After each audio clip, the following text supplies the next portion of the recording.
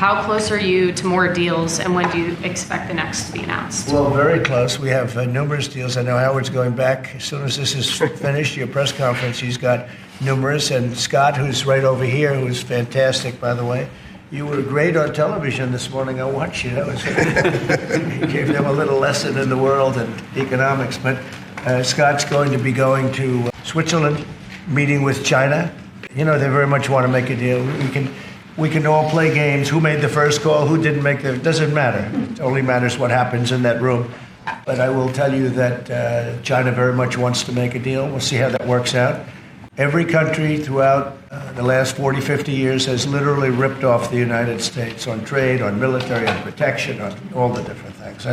And we are now making fair deals. In this case, it's great because we really weren't very much involved. You have the European Union, which is, you know, I think you made the right decision years ago. I don't know if you remember, I was opening up Turnberry the day that you were voting. And they asked me, would it happen or would it not happen? I said, no, I think they're going to go their own separate way. I think it's better for them. And they did. I think it's going to end up being a very smart decision. But a big part of that decision was always that you'd be able to make a deal with the United States. And they were unable to do that. But now they made it. It's a tremendous, it's very important. That was always a big part of your decision on Brexit. They were never able to make that deal. It was a tough one. And this one it's amazing with time. This one just went very smoothly, went quickly and smoothly.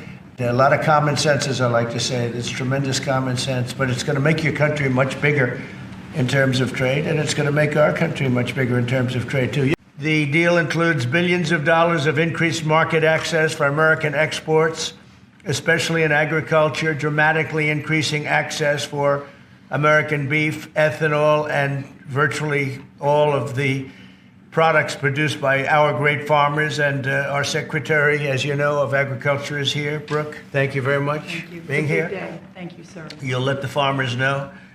In addition, the UK will reduce or eliminate numerous non-tariff barriers that unfairly discriminated against American products. But this is now turning out, I think, really to be a great deal for both countries because it'll be really great for the UK also. So they're opening up the country. Their country is a little closed.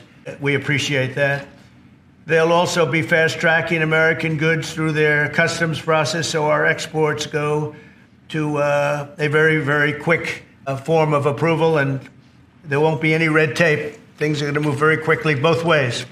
The final details are being written up in the coming weeks. We'll have it all very conclusive, but the actual deal is a very conclusive one. We think just about everything's been approved. So good for both countries. And we'll also receive new market access for American chemicals, machinery, and many other industrial products that weren't allowed. And they'll end up getting products that they'll be able to price. And if they like them better and we make great products, they'll be buying those products, but they were not available in the UK. Furthermore, in a historic step, the deal includes plans that will bring the United Kingdom into the economic security alignment with the United States.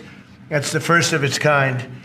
So we have a big economic security blanket, and that's very important. And we feel very, very comfortable with that because it's been a great ally, truly one of our great allies. I mean, a lot of people say our greatest ally. I don't want to insult people by saying that, but I can say it's certainly one of our greatest.